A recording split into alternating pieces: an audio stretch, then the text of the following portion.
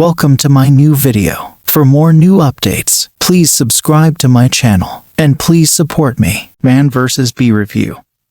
Rowan Atkinson channels Bean and Baldrick in his new slapstick sitcom. I want to tell you in advance that the Man vs. Bee link to watch and download is given in the description. So let's talk about the Man vs. Bee. The actor is at his comic best as an accident-prone house-sitter who goes on a rage spree and destroys a high-tech home in an epic battle. Rowan Atkinson's latest comedy bristles with life lessons. You cannot hope to trap a bee in a grand piano. These, as we know, are already endangered, so don't microwave them. Should you find yourself in a mercy dash to the vet with a comatose dog, don't get distracted and remove your shoe to swat a bee inside the car. If you have managed to destroy a mondrian while trying to hammer a bee, repainting the red patch with tomato sauce won't fool anyone. Same goes for using old CDs and triangles you've cut from roller blinds to restore a Kandinsky mobile you hit with a tennis racket.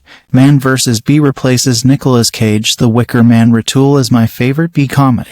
You remember what happened at the end of that movie? Nick, allergic to bees, has his head shoved into a portable beehive. No, not the bees. He screams, not the bees. Ag. I was still laughing about that days later. Atkinson, by contrast, is intentionally funny in all 9 episodes of this sitcom. Atkinson, with his writer Will Davies and director David Kerr, realized that comedy is not tragedy plus time, but stuff plus idiot. Man vs. Bee could just as readily have been called Man vs. Himself or Man vs. House. Atkinson plays Trevor, a man fired from Asda after an altercation with a trolley and from an office after winding up on the losing side of a battle with a shredder. His wife has divorced him and his daughter yearns, perhaps futilely, for daddy-daughter bonding on a camping trip to the Isle of Wight. Trevor is not the go-to guy to look after a house with voice-activated security systems and a manual so thick that,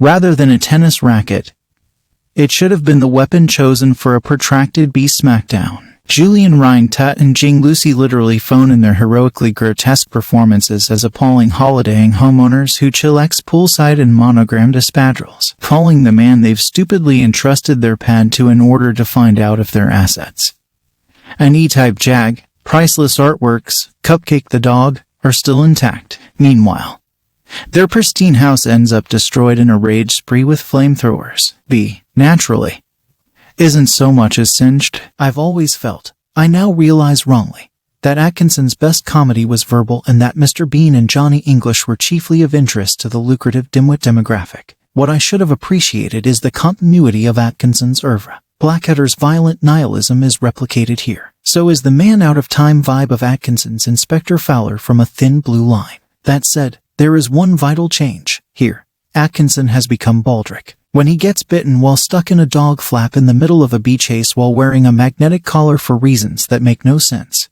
he looks surprised, as if his cunning plan has unraveled. But, really, what did he think would happen? I'd have given this series 5 stars but for 2 things. First, the bee is woefully undercharacterized. What is its motivation? The only explanation that makes sense is that it is furious about the continuing lack of bee representation in entertainment.